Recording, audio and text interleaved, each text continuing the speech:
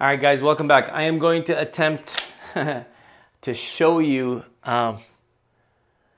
different aiming schemes.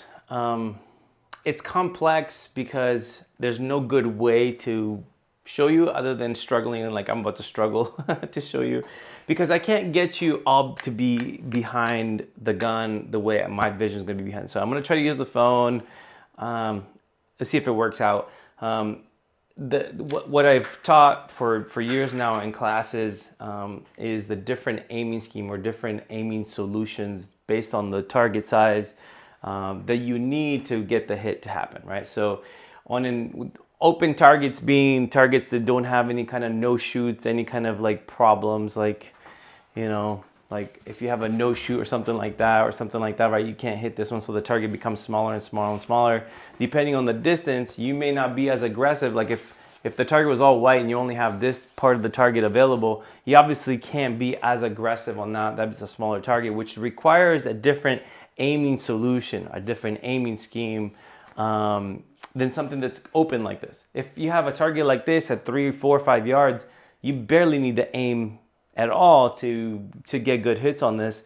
But if this was at 45 yards, you would probably take a little bit more time on your sights, on your vision. So your aiming solution is different if the target is nice and open and very close, as opposed to something that's very far or small or has like something expensive attached to it. I call them expensive. Anytime you have targets that have like something like this is an expensive target.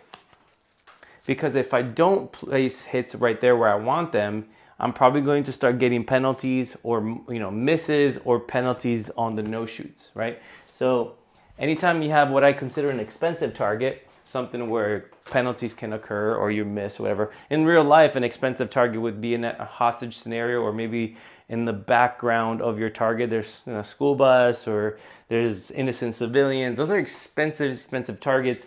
And so you're going to require a little bit more from your aiming solution to make that work. Yes? So long as you're with me on that. So what aiming solutions can you use? I'm going to use a dot, but you can use a dot, and I'll talk about the irons as well, but essentially the front sight would be similar in solutions. Some people talk about them in confirmations, like Ben Steger and his team of people talk about confirmation 1, 2, and 3. The way I like to teach it is I have 3 aiming schemes, which is a flash sight, a focused flash sight, a floating sight, or a focus sight. This is language that Max Michel likes to use. Everybody's got different language for the same thing. The flash sight, something that's just barely like any kind of wiggle, any kind of hint of sights on there. So if you have your irons, it'll be just your front fiber or your front post on that thing, boom, send it. No reference to the back sights. You see the color of the front post, boom, you can send it. With the dot, it looks like something like this. Any kind of, let me see if I can, it was there for a second. Here's my dot. Right there. So any kind of like, I'm trying to make it just flash in front without stabilizing. Boom. Anytime you, let me see if I can catch. Boom, boom, boom, boom. Where is it? Boom. You see how like every now and again it barely comes into the window?